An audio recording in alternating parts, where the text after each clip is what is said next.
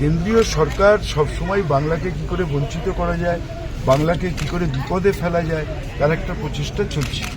আজকে কেন্দ্রীয় সরকার সবসময় চেষ্টা করছে বাংলাকে ভাতে মারা। চিরকালই বাংলাকে বঞ্চনা করা কেন্দ্রীয় সরকারের একটা অভ্যাসে দাঁড়িয়ে গেছে। মানুষ যখন উৎসবে সামিল হবে তখন এভাবে জলে ডুবিয়ে দেওয়া এটা চক্রান্ত ছাড়া আর কিছু নয়। রায়না 2 ব্লকের পরিদর্শনে এসে কেন্দ্রকে কটাক্ষ মন্ত্রী অরূপ বিশ্বাসের। কেন্দ্রীয় সরকার সবসময় বাংলাকে কি করে বঞ্চিত করা যায়, বাংলাকে কি করে বিপদে ফেলা যায়, তার একটা প্রচেষ্টা চলছে। আজকে কেন্দ্রীয় সরকার সবসময় চেষ্টা করছে বাংলাকে ভাতে মারা।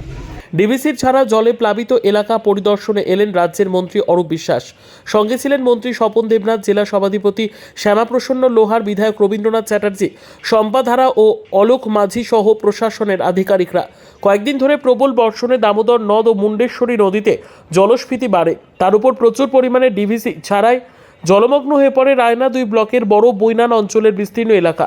পরিস্থিতি বিবেচনা করে ইতিমধ্যেই প্রশাসনের তরফে বেশ কিছু পরিবারকে নিরাপদ স্থানে সরিয়ে নিয়ে যাওয়া হয়েছে সুবলদহ এলাকার সুবলদহ রাসবিহারী বসু অবৈতনিক প্রাথমিক বিদ্যালয়ে। বৃহস্পতিবার এই শিবির পরিদর্শনে যান মন্ত্রী অরূপ বিশ্বাস। ক্যাম্পে সাধারণ মানুষের সাথে কথা বলেন মন্ত্রী।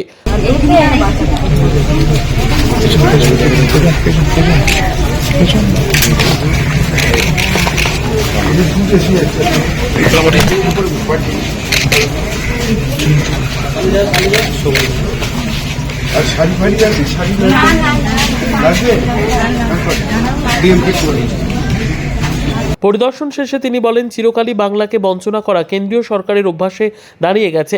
ডিভিসি রাজ্যের সাথে কোনো কথা না বলে যেভাবে জল ছেড়েছে তার ফলে এলাকা জলমগ্ন হয়ে নিরীহ গরিব গ্রামবাসী আজ ঘরছাড়া। সামনেই পুজো, মানুষ যখন উৎসবে সামিল হবে তখন এভাবে জলে ডুবিয়ে দেওয়া চক্রান্ত ছাড়া আর কিছুই নয়। পরিস্থিতি দেখলেন রায়নায়। দেখো, পরিস্থিতি তো ভয়াবহ। এই পরিস্থিতি তো হওয়ার কোনো প্রয়োজন ছিল বলে আমার তো মনে হয় না। কেন্দ্রীয় সরকার সবসময় বাংলাকে কি করে বঞ্চিত করা যায়, বাংলাকে কি করে বিপদে ফেলা যায়, তার একটা প্রচেষ্টা চলছে। আজকে ডিভিসি থেকে যেভাবে জল ছাড়া হচ্ছে, আজকে এতগুলো মানুষ, সামনে দুর্গাপুজো, মানুষ সেই নিয়ে ব্যস্ত থাকবে, তার থেকে ঘর ছেড়ে আজকে এখানে এসে মানুষ যুদ্ধে দাঁড়িয়েছে। আজকে এত কোটি টাকা, হাজার হাজার কোটি টাকা খরচা করে দামোদর ড্রেজিং হলো, কি কাজ হলো? যদি দামোদর ড্রেজিংই হতো তাহলে আজকে এই সমস্যা থাকতো। আজকে কেন্দ্রীয় সরকার সবসময় চেষ্টা করছে বাংলাকে ভাতে মারা, এবং তারই প্রচেষ্টা। কিন্তু আমি এইটুকু সবাইকে আশ্বস্ত করেছি, সমস্ত মানুষ এখানে আছে, আমি বলেছি আপনারা কোনো চিন্তা করবেন না। যতক্ষণ মাথার উপরে মমতা ব্যানার্জি আছে আপনাদের কোনো চিন্তা নেই, সবটাই মমতা বন্দ্যোপাধ্যায় করবেন।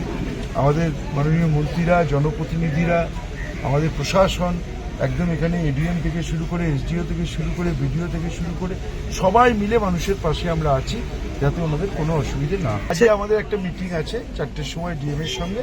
আমি অলরেডি এটা রিপোর্টেড, আমাকে বলা হয়েছে। আমি আজকে এটা জানবো এটা কি, কার পরিস্থিতি কি হয়েছে।